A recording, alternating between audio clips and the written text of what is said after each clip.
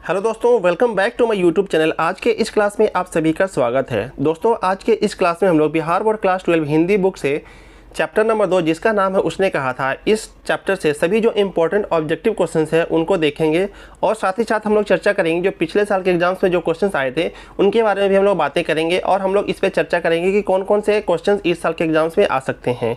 तो आप लोगों से यही रिक्वेस्ट है कि आप लोग वीडियो को एंड तक देखिए। आज के इस वीडियो से आपको काफ़ी ज़्यादा बेनिफिट होने वाला है। तो चलिए हम लोग क्वेश्चन और आंसर का सिलसिला स्टार्ट करते हैं और सबसे पहले क्वेश्चन की तरफ हम लोग बढ़ते हैं। तो आज के इस वीडियो का हमारा पहला क्वेश्चन है क्वेश्चन नंबर 1, उसने कहा था शीर्षक कहानी में पोलूराम कौन था। आप लोग इस क्वेश्चन की इंपॉर्टेंस को यहाँ से देख सकते हैं कि 2025 के एनुअल एग्जाम में ये वाला क्वेश्चन आया हुआ था। तो अब आप लोग सोच रहे हो कि 2025 में ये क्वेश्चन आ चुका है तो 2026 में नहीं आएगा। तो यहाँ पे आपका सोचना गलत हो सकता है, क्योंकि अगर ये क्वेश्चन आर्ट्स में आया है तो कॉमर्स में या फिर साइंस में पूछ सकता है, और अगर ये क्वेश्चन कॉमर्स में या साइंस में आया तो आर्ट्स में पूछ सकता है। तो इसमें आप लोगों को कन्फ्यूजन नहीं होना कि 2025 के एग्जाम में आया तो 2026 में नहीं आएगा। इसलिए ये क्वेश्चन काफ़ी ज़्यादा महत्वपूर्ण है। उसने कहा था शीर्षक कहानी में पोलूराम कौन था। तो यहाँ पे ऑप्शन है चौकीदार, डाक बाबू, किसान और सिपाही। तो मैं आपको यहाँ पे बता दूं कि ऑप्शन नंबर बी इसका सही जवाब हो जाएगा, डाक बाबू। तो उसने कहा था शीर्षक कहानी में पोलूराम कौन था, तो डाक बाबू था। ऑप्शन नंबर बी इसका सही जवाब होगा। बढ़ते हैं अगले क्वेश्चन की तरफ। देखते नहीं यह रेशम से कढ़ा हुआ सालू, यह पंक्ति किस शीर्षक कहानी की है। तो ये क्वेश्चन भी काफ़ी ज़्यादा इंपॉर्टेंट है। आप लोग यहाँ पे देख सकते हैं कि 2024 के एनुअल एग्जाम्स में आया हुआ है। तो आप लोग समझ सकते हैं कि ये कितना ज़्यादा इंपॉर्टेंट क्वेश्चन है। इस तरह के क्वेश्चन हर बार के एग्जाम्स में पूछे ही जाते हैं। तो क्वेश्चन हमारा ये है, देखते नहीं यह रेशम से कढ़ा हुआ सालू, यह पंक्ति किस शीर्षक कहानी की है। तो इसका जवाब हो जाएगा ऑप्शन नंबर सी, उसने कहा था। ये जो हमारा चैप्टर है जिसका नाम उसने कहा था, इसी चैप्टर से, इसी अध्याय से ये वाला लाइन लिया गया है। देखते नहीं यह रेशम से कढ़ा हुआ सालू किससे लिया गया है, तो उसने कहा था से लिया हुआ है। बढ़ते हम लोग अगले क्वेश्चन की तरफ। सूबेदार बोला लहना, सूबेदारनी तुमको जानती है बुलाती है, जा मिल आ, यह कथन किस शीर्षक पाठ से है। तो यहाँ पे ये जो लाइन दिया हुआ, सूबेदार बोला लहना, सूबेदारनी तुमको जानती है बुलाती है, जा मिला, तो यहाँ पे पूछा जा रहा है कि यह कथन किस शीर्षक पाठ से है, किस पाठ से ये लिया गया है। तो इसका जवाब हो जाएगा ऑप्शन नंबर डी, उसने कहा था। ये जो हमारा चैप्टर है जिसका नाम है उसने कहा था, उसी से लिया गया है। तो ऑप्शन नंबर डी यहाँ पे सही जवाब हो जाएगा। ऑप्शन नंबर डी, उसने कहा था। अगला क्वेश्चन है, उसने कहा था शीर्षक कहानी में किसने कहा कि उद्यमी उठ सीगड़ी में कोले डाल। तो यहाँ पे ये जो लाइन दिया हुआ है, एक पंक्ति दी हुई है, उसने कहा था शीर्षक कहानी में ये पंक्ति दी हुई है कि उद्यमी उठ सीगड़ी में कोले डाल। तो ये किसने कहा था। तो इस क्वेश्चन में ये पूछा जा रहा है कि ये किसने कहा था, ये कथन किसका था। तो ऑप्शन है वजीरा सिंह, सूबेदार हजारा सिंह, सूबेदारनी और बोधा सिंह। तो इसका सही जवाब हो जाएगा ऑप्शन नंबर बी, सूबेदार हजारा सिंह सही जवाब हो जाएगा, सूबेदार हजारा सिंह। आगे बढ़ते हैं हम लोग अगले क्वेश्चन की तरफ बढ़ते हैं। तो दोस्तों, आज के इस वीडियो का हमारा अगला क्वेश्चन है, चंद्रधर शर्मा गुलेरी किसके अभिभावक बनकर मेयो कॉलेज अजमेर में आए थे, किसके गार्जियन बनकर आए थे। इस क्वेश्चन में ये पूछा जा रहा है। ऑप्शन है हमारे राजा भोज के, राजा हरि सिंह के, खेतड़ी के नाबालिग राजा जयसिंह के और राजा देवगुप्त के। तो यहाँ पे देख सकते हैं ये क्वेश्चन भी काफ़ी ज़्यादा इंपॉर्टेंट है। ये क्वेश्चन भी पूछा हुआ है, यानी कि 2022 के एनुअल एग्जाम से ये पूछा हुआ है, चंद्रधर शर्मा गुलेरी किसके अभिभावक बनकर मेयो कॉलेज अजमेर में आए थे। तो यहाँ पे इसका जवाब हो जाएगा, इसका सही जवाब हो जाएगा, मैं आपको बताता हूँ, ऑप्शन नंबर सी, खेतड़ी के नाबालिग राजा जयसिंह के। सही जवाब हो जाएगा कौन सा, खेतड़ी के नाबालिग राजा जयसिंह के। आगे बढ़ते हैं हम लोग अगले क्वेश्चन की तरफ चलते हैं। अगले क्वेश्चन में पूछा जा रहा है कि बुद्धू का कांटा रचना है। तो बुद्धू का कांटा रचना है, क्या है, किसका है, ये इस क्वेश्चन में पूछा जा रहा है। किसने लिखा है, ये इस क्वेश्चन में पूछा जा रहा है। तो इस क्वेश्चन के लिए हमारे ऑप्शन है बालकृष्ण भट्ट, चंद्रधर शर्मा गुलेरी की, जयप्रकाश नारायण की और नामवर सिंह की। तो इसका सही जवाब हो जाएगा option number B, Chandradhar Sharma Guleri की। तो बुद्धू का कांटा किसकी रचना है, चंद्रधर शर्मा गुलेरी की। आगे बढ़ते हैं हम लोग कुछ और क्वेश्चंस लेते हैं। उसने कहा था चैप्टर से। क्वेश्चन नंबर 7 है, चंद्रधर शर्मा गुलेरी किस शती के प्रमुख लेखक थे। यहाँ पूछा जा रहा है ये जो चैप्टर के राइटर है जिनका नाम है चंद्रधर शर्मा गुलेरी, किस शती के प्रमुख लेखक हैं। ऑप्शन देख लेते हैं कौन सा है, 15वीं सदी, 16वीं सदी, 19वीं सदी और 20वीं सदी। तो इसका सही जवाब आप लोग सोच लीजिए, लेकिन मैं आपको यहाँ पे बताता हूँ कि ऑप्शन नंबर डी इसका सही जवाब हो जाएगा 20वीं सदी के। तो चंद्रधर शर्मा गुलेरी किस सदी का प्रमुख लेखक थे, तो ऑप्शन नंबर डी 20वीं सदी इसका सही जवाब हो जाएगा। 20वीं सदी इसका सही जवाब हो जाएगा। आप लोग देख सकते हैं ये क्वेश्चन भी 2019 के कंपार्टमेंट में पूछा हुआ है। अगला जो क्वेश्चन है हमारा क्वेश्चन नंबर 8, वो भी 2019 के कंपार्टमेंट में पूछा हुआ है। 8वां क्वेश्चन हमारा है, गुलेरी जी ने कुल कितनी कहानियां लिखी थी। ऑप्शन है 1, 2, 3, 4। तो यहाँ पे पूछा जा रहा है कि गुलेरी जी ने कुल कितनी कहानियां लिखी थी। इसका सही जवाब हो जाएगा ऑप्शन नंबर सी, यानी कि 3। तो गुलेरी जी ने कुल कितनी कहानियां लिखी थी, तो जवाब हो जाएगा 3 इसका सही जवाब हो जाएगा। अगला क्वेश्चन है, उसने कहा था कहानी है, किस तरह की कहानी है, ये पूछा जा रहा है हमसे। ऑप्शन है इसके युद्ध की कहानी, दिव्य प्रेम की कहानी, प्रेम पर बलिदान होने की कहानी और इनमें से सभी। तो इसका सही जवाब हो जाएगा ऑप्शन नंबर डी, इनमें से सभी, क्योंकि उसने कहा था ये जो कहानी है एक युद्ध की भी कहानी है और दिव्य प्रेम की भी कहानी है और प्रेम पर बलिदान होने की भी कहानी है। तो सही जवाब इसका क्या हो जाएगा? ऑप्शन नंबर डी, इनमें से सभी इसका सही जवाब हो जाएगा। दोस्तों इस वीडियो में हम लोग आगे बढ़ते हैं। उसने कहा था कुछ और इंपॉर्टेंट क्वेश्चंस लेते हैं और अगले जो 3 क्वेश्चन है वो काफ़ी ज़्यादा इंपॉर्टेंट है। आप लोग यहाँ पे देख सकते हैं 2019 के एनुअल एग्जाम में आया हुआ है, 2019 के एनुअल एग्जाम में आया हुआ और 2019 के कंपार्टमेंटल के एग्जाम में आए हुए तीनों क्वेश्चन। तो हम लोग लेते हैं अगला क्वेश्चन। उसने कहा था कहानी के नायक कौन है? तो ऑप्शन है लहना सिंह, बोधा सिंह, वजीरा सिंह और हजारा सिंह। तो यहाँ पे मैं आपको बता दूं कि उसने कहा था कहानी के जो नायक हैं उनका नाम है लहना सिंह। इसका सही जवाब हो जाएगा ऑप्शन नंबर ए, लहना सिंह इसका सही जवाब हो जाएगा। अगला क्वेश्चन है उसने कहा था किस प्रकार की कहानी है? पूछा जा रहा है कि उसने कहा था किस प्रकार की कहानी। ये क्वेश्चन भी आया हुआ है 2019 के एनुअल एग्जाम में आया हुआ है। तो इसके ऑप्शन है चरित्र प्रधान, कर्म प्रधान, धर्म प्रधान और वात्सल्य प्रधान। तो दोस्तों इसका सही जवाब हो जाएगा ऑप्शन नंबर ए, चरित्र प्रधान। ऑप्शन नंबर ए इसका सही जवाब हो जाएगा चरित्र प्रधान। उसने कहा था किस प्रकार की कहानी है? तो एक चरित्र प्रधान कहानी है। अगला क्वेश्चन है उसने कहा था कहानी में किस शहर का चित्रण है, यानी किस शहर का जिक्र किया गया है। उसने कहा था जो कहानी है उसमें किस शहर का जिक्र किया गया है, किस शहर का चित्रण किया गया है। ऑप्शन है अमृतसर, लुधियाना, जयपुर और लखनऊ। तो इसका सही जवाब हो जाएगा ऑप्शन नंबर ए, अमृतसर। इसका सही जवाब हो जाएगा, क्या होगा इसका सही जवाब? ऑप्शन नंबर ए, अमृतसर। तो उसने कहा था कहानी में किस शहर का चित्रण किया गया है? तो अमृतसर का किया गया है। तो दोस्तों बिहार बोर्ड क्लास 12 हिंदी किताब के चैप्टर नंबर 2 का हम लोग ऑब्जेक्टिव क्वेश्चंस देख रहे हैं। उसमें हम लोग कुछ और इंपॉर्टेंट ऑब्जेक्टिव क्वेश्चंस देखते हैं। क्वेश्चन नंबर 13 है लहना सिंह के गांव का क्या नाम है? पूछा जा रहा है कि लहना सिंह के गांव का नाम क्या है। तो इसके लिए हमारे ऑप्शंस हैं मगरे, मांझे, कटरा और तेलघरिया। तो इसका सही जवाब हो जाएगा ऑप्शन नंबर बी, मांझे। ऑप्शन नंबर बी इसका सही जवाब हो जाएगा मांझे। तो लहना सिंह के गांव का नाम क्या है? तो मांझे हो जाएगा इसका सही जवाब। अगला क्वेश्चन है लहना सिंह किस पद पर था? यहाँ पे पूछा जा रहा है कि लहना सिंह किस पोस्ट पर, किस पद पर था। तो इस क्वेश्चन के लिए हमारे ऑप्शन है सूबेदार के, लेफ्टिनेंट के, जमादार के, मेजर के। तो दोस्तों इसका सही जवाब हो जाएगा ऑप्शन नंबर सी, जमादार के। तो लहना सिंह कौन से पोस्ट पर, किस पद पर था? तो इसका सही जवाब हो जाएगा ऑप्शन नंबर सी, जमादार के। तो लहना सिंह किस पोस्ट पर थे? तो जमादार के पोस्ट पर थे। अगला क्वेश्चन है लहना सिंह की मृत्यु किसकी गोद में हुई थी? पूछा जा रहा है कि लहना सिंह की मृत्यु किसकी गोद में हुई थी। तो इस क्वेश्चन के लिए हमारे ऑप्शन है कीरत सिंह, वजीरा सिंह, अतर सिंह और महीप सिंह। तो इसका सही जवाब हो जाएगा option number B, Wazira Singh. यानी कि लहना सिंह की मृत्यु जिनकी गोद में हुई थी उनका नाम वजीरा सिंह था, यानी वजीरा सिंह के गोद में लहना सिंह की मृत्यु हुई थी। इसका सही जवाब हो जाएगा option number B, Wazira Singh. अगले क्वेश्चन की तरफ हम लोग बढ़ते हैं और कुछ और हम लोग क्वेश्चंस लेते हैं। तो अगला क्वेश्चन है पलटन का विदूषक कौन था? इसमें पूछा जा रहा है कि पलटन का विदूषक कौन था। इस क्वेश्चन के लिए हमारे ऑप्शन है हजारा सिंह, मुख्तार सिंह, वजीरा सिंह, कुलदीप सिंह। तो इसका सही जवाब हो जाएगा option number C, Wazira Singh. पलटन का विदूषक कौन था? तो वजीरा सिंह पलटन का विदूषक था। अगला क्वेश्चन है सूबेदार हजारा सिंह के लड़के का नाम क्या था? यहाँ पे पूछा जा रहा है कि सूबेदार हजारा सिंह के लड़के यानी कि उनके बेटे का नाम क्या था। ऑप्शन है बोधा सिंह, महासिंह, कीरत सिंह और जगधारी सिंह। तो इस क्वेश्चन का सही जवाब हो जाएगा option number A, Bodha Singh. Bodha Singh सूबेदार हजारा सिंह के लड़के का नाम था। क्या नाम था? तो बोधा सिंह नाम था। अगला क्वेश्चन है भारतीय सिपाहियों का किसके साथ संघर्ष हुआ था? इस कहानी में सिपाहियों की वीरता, बहादुर और बलिदान की कहानी है। तो भारतीय सिपाहियों का किसके साथ संघर्ष हुआ था, ये इस क्वेश्चन में पूछा जा रहा है। ऑप्शन है फ्रांसीसियों के साथ, तुर्कों के साथ, अंग्रेजों के साथ और जर्मनों के साथ। तो इसका सही जवाब हो जाएगा ऑप्शन नंबर डी, जर्मनी के साथ।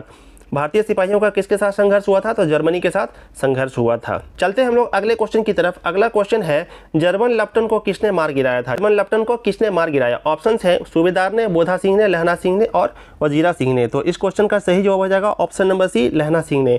तो जर्मन लेफ्टन को किसने मारा था? ऑप्शन सी, लहना सिंह ने मार गिराया था जर्मन लेफ्टन को। अगला क्वेश्चन है सिख राइफल्स के जमादार लहना सिंह का नंबर क्या था? उनका नंबर पूछा जा रहा है इस क्वेश्चन में कि सिख राइफल्स के जो जमादार लहना सिंह थे उनका नंबर क्या था। ऑप्शन है 77, 105, 1805 और 72। तो इसका सही जवाब हो जाएगा ऑप्शन नंबर ए, 77। तो सिख राइफल के जमादार लहना सिंह का नंबर क्या था? 77, 77 इनका नंबर था। इसका सही जवाब हो जाएगा ऑप्शन नंबर ए, 77। अगला क्वेश्चन है सरकार ने सूबेदार को जमीन कहाँ दी है? सरकार ने सूबेदार को जमीन कहाँ दी, इस क्वेश्चन में ये पूछा जा रहा है। तो इस क्वेश्चन के लिए हमारे ऑप्शन हैं संजलपुर में, अलावलपुर में, जलालपुर में और लायलपुर में। तो इसका सही जवाब हो जाएगा ऑप्शन नंबर डी, लायलपुर में। लायलपुर इसका सही जवाब हो जाएगा। तो सरकार ने सूबेदार को जमीन कहाँ दी थी? तो लायलपुर। अगले क्वेश्चन की तरफ बढ़ते हैं। गुलेरीजी का जन्म हुआ था, यानी कि कहाँ हुआ था इनका जन्म? तो ऑप्शन है हरियाणा में, जयपुर में, कांगड़ा में और गुजरात में। तो इस क्वेश्चन का सही जवाब हो जाएगा option number B, Jaipur Rajasthan में इनका जन्म हुआ था। ऑप्शन नंबर बी इसका सही जवाब हो जाएगा, जयपुर राजस्थान में। गुलरेजी का जन्म हुआ था कहाँ? तो जयपुर राजस्थान में हुआ था। अगला क्वेश्चन है सुखमय जीवन किसकी रचना है? सुखमय जीवन किसकी रचना है? इस क्वेश्चन में ये हमसे पूछा जा रहा है। तो ऑप्शन है चंद्रधर शर्मा गुलेरी, देवकी नंदन खत्री, गोपाल राम गहमरी और बालकृष्ण भट्ट। तो इसका सही जवाब हो जाएगा ऑप्शन नंबर ए चंद्रधर शर्मा गुलेरी। तो सुखमय जीवन किसकी रचना है? तो चंद्रधर शर्मा गुलेरी की रचना है सुखमय जीवन, याद कर लीजिए आप लोग। दोस्तों अगला क्वेश्चन है उसने कहा था कहानी कब प्रकाशित हुई थी? ये जो कहानी है उसने कहा था, जो हमारे चैप्टर नंबर 2 है, हमारे बुक जो दिगंत नाम की हमारी किताब है, उसमें जो चैप्टर नंबर 2 की कहानी है उसने कहा था, ये कब प्रकाशित हुई थी? इस क्वेश्चन में ये पूछा जा रहा है। तो इस क्वेश्चन के लिए हमारे ऑप्शन है 1913 में, 1912 में, 1915 में, 1900 में। तो इसका सही जवाब क्या होगा वो मैं आपको बताता हूँ। इसका सही जवाब हो जाएगा ऑप्शन नंबर सी 1915 में। तो उसने कहा था कहानी कब प्रकाशित हुई थी? तो आप लोगों का कहना है 1915 में। 1915 में टिक कर देना है। चलते हम लोग अगले क्वेश्चन की तरफ। कुछ और इंपॉर्टेंट क्वेश्चंस हम लोग लेते हैं। सभी क्वेश्चन इंपॉर्टेंट है, सबको देखना जरूरी है, याद करना जरूरी है, समझना जरूरी है। तो अगला क्वेश्चन है कछुआ धर्म किसकी कृति है? कछुआ धर्म एक कृति है, तो किसकी कृति है ये पूछा जा रहा है इस क्वेश्चन में। तो ऑप्शन है प्रताप नारायण मिश्र, बालकृष्ण भट्ट, रामचंद्र शुक्ल, चंद्रधर शर्मा गुलेरी। तो इस क्वेश्चन का सही जवाब हो जाएगा option number D Chandradhar Sharma Guleri. तो कछुआ धर्म किसकी कृति है? चंद्रधर शर्मा गुलेरी की। अगला क्वेश्चन है पुरानी हिंदी रचना है, तो पुरानी हिंदी किनकी रचना है? तो ऑप्शन है हमारा रामचंद्र शुक्ल की, हजारी प्रसाद द्विवेदी की, नामवर सिंह की और चंद्रधर शर्मा गुलेरी की। तो इसका सही जवाब हो जाएगा option number D Chandradhar Sharma Guleri की। तो पुरानी हिंदी किसकी रचना है? चंद्रधर शर्मा गुलेरी की रचना है पुरानी हिंदी। अगला क्वेश्चन है कौन सा निबंध गुलेरी रचित नहीं है? इसमें पूछा जा रहा है कि कौन सा निबंध गुलेरी द्वारा रचित नहीं है। जो चंद्रधर शर्मा गुलेरी इस कहानी के राइटर हैं, तो उनके द्वारा कौन सी रचना, उनके द्वारा कौन सा निबंध रचित नहीं है? ऑप्शन है देवना प्रिय, मजदूरी और प्रेम, पुरानी हिंदी, मरासी मही, कुठांत। तो इस क्वेश्चन के लिए सही जवाब हो जाएगा ऑप्शन नंबर बी मजदूरी और प्रेम। यानी मजदूरी और प्रेम गुलेरी की रचना नहीं है। मजदूरी और प्रेम चंद्रधर शर्मा गुलेरी की रचना नहीं है। बढ़ते हम लोग अगले क्वेश्चन की तरफ। अगला क्वेश्चन है कुड़माई का अर्थ क्या होता है? यहाँ पे पूछा जा रहा है कि कुड़माई का अर्थ क्या होता है। तो इस क्वेश्चन के लिए हमारे ऑप्शन है मंगनी, विवाह, कड़वी बात और दहेज। तो इस क्वेश्चन के लिए हमारा सही जवाब हो जाएगा ऑप्शन नंबर ए मंगनी। तो कुड़माई का क्या अर्थ होता है? तो मंगनी होता है। जो इंगेजमेंट हम लोग करते हैं, तो कुड़माई का अर्थ क्या होता है? तो मंगनी होता है, इंगेजमेंट होता है। अगला क्वेश्चन है बोधा कौन था? इसमें पूछा जा रहा है कि बोधा कौन था। तो इस क्वेश्चन के लिए हमारे ऑप्शन है हजारा सिंह का भाई, लहना सिंह का भाई, वजीरा सिंह का भाई और सूबेदार हजारा सिंह का भाई। तो इस क्वेश्चन के लिए सही जवाब हो जाएगा सूबेदार हजारा सिंह का बेटा, यानी कि ऑप्शन नंबर डी इसका सही जवाब हो जाएगा। बोधा कौन था? तो सूबेदार हजारा सिंह का बेटा था। अगला क्वेश्चन है चंद्रधर शर्मा गुलेरी की कहानी कौन सी है? ये क्वेश्चन भी काफ़ी ज़्यादा इंपॉर्टेंट है, 2 बार पूछ चुका है, 2019 के एनुअल एग्जाम में और 2021 के एनुअल एग्जाम में ये पूछ चुका है। चंद्रधर शर्मा गुलेरी की कहानी कौन सी है? ऑप्शन है जूठन, रोज, उसने कहा था, तिरिच। तो यहाँ पे सही जवाब हो जाएगा ऑप्शन नंबर सी उसने कहा था। हमारे इस चैप्टर का नाम है जिसके बारे में हम लोग पढ़ रहे हैं।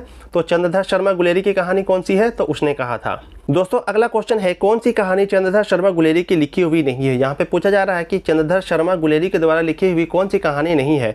इन ऑप्शन में से चुनना है कि कौन सी कहानी चंद्रधर शर्मा गुलेरी के द्वारा लिखी हुई नहीं है। तो ऑप्शन है सुखमय जीवन, बुद्धू का कांटा, उसने कहा था और कफन।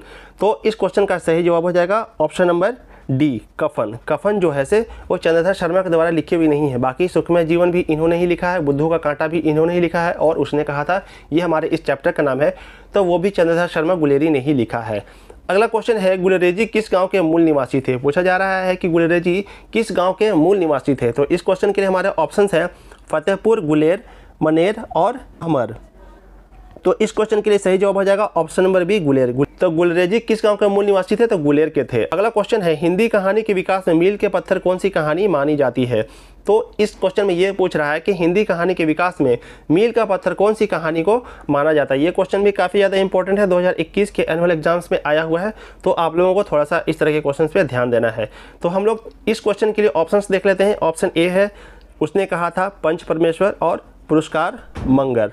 तो इसका सही जवाब हो जाएगा ऑप्शन नंबर ए उसने कहा था। हिंदी कहानी के विकास में मील का पत्थर कौन सी कहानी को माना जाता है? तो इसका सही जवाब हो जाएगा ऑप्शन नंबर ए उसने कहा था। ये जो हमारा चैप्टर है जिसका नाम है उसने कहा था, तो इस कहानी को हिंदी कहानी के विकास में मील का पत्थर माना जाता है।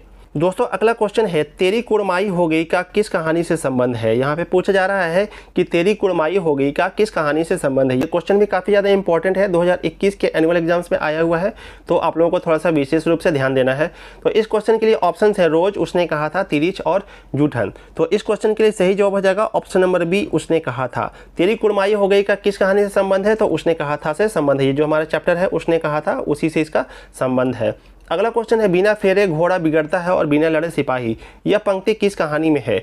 तो ये जो पंक्ति दिया हुआ है बिना फेरे घोड़ा बिगड़ता है और बिना लड़े सिपाही, यह पंक्ति किस कहानी में है, ये पूछा जा रहा है हमसे इस क्वेश्चन में। ऑप्शंस है रोज, ओ सदा नीरा, एक लेख और एक पत्र, उसने कहा था। तो इसका सही जवाब हो जाएगा ऑप्शन नंबर डी, उसने कहा था। इसका सही जवाब हो जाएगा ऑप्शन नंबर डी, उसने कहा था। ये इसी पंक्ति में है, इसी कहानी के पंक्ति में है। किस में, तो उसने कहा था में। अगला क्वेश्चन है उसने कहा था कहानी के कहानीकार कौन है। तो ये देखिए क्वेश्चन ये है 2021 के एनुअल एग्जाम्स में आया हुआ है, तो आप लोगों को ध्यान देना है। उसने कहा था कहानी के कहानीकार कौन है, तो अब तक तो आप लोगों को याद भी हो गया होगा।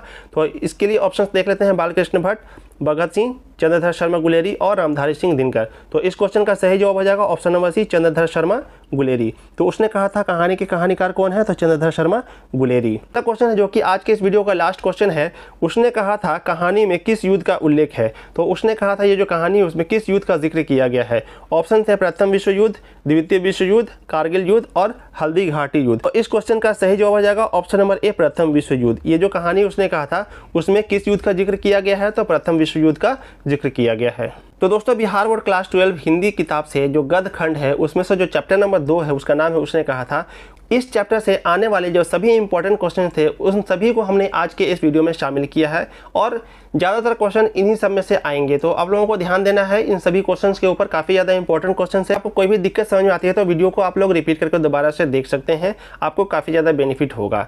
तो दोस्तों आज का वीडियो कैसा लगा आप लोगों को बताना है, कमेंट सेक्शन में कमेंट करना है और एक अच्छा सा एक प्यारा सा कमेंट करके एक फीडबैक देना है कि आप लोगों को वीडियो कैसा लगा। आप लोगों का कमेंट हमारे लिए काफ़ी ज़्यादा इंपॉर्टेंट होता है, आपका जो कमेंट होता है हमारे लिए संजीवनी का काम करता है। इसलिए आप लोग वीडियो के कमेंट सेक्शन में कमेंट जरूर करें और बताइएगा आप लोगों को वीडियो कैसा लगा। और दोस्तों अगर आप लोग चैनल पर नए हैं तो चैनल को सब्सक्राइब जरूर करें। आगे इस तरह के कई सारे वीडियोस आने वाले हैं जो कि आपके लिए काफ़ी ज़्यादा लाभदायक होंगे, बेनिफिशियल होंगे, यूजफुल होंगे। और इस चैनल को, इस वीडियो को अपने दोस्तों के साथ शेयर भी कीजिए ताकि उन लोगों का एग्जाम्स भी अच्छा जा सके। तो दोस्तों यहाँ तक वीडियो देखने के लिए बहुत बहुत धन्यवाद। हम आपसे मिलेंगे अगले वीडियो में, तब तक के लिए थैंक यू सो मच। जय हिंद।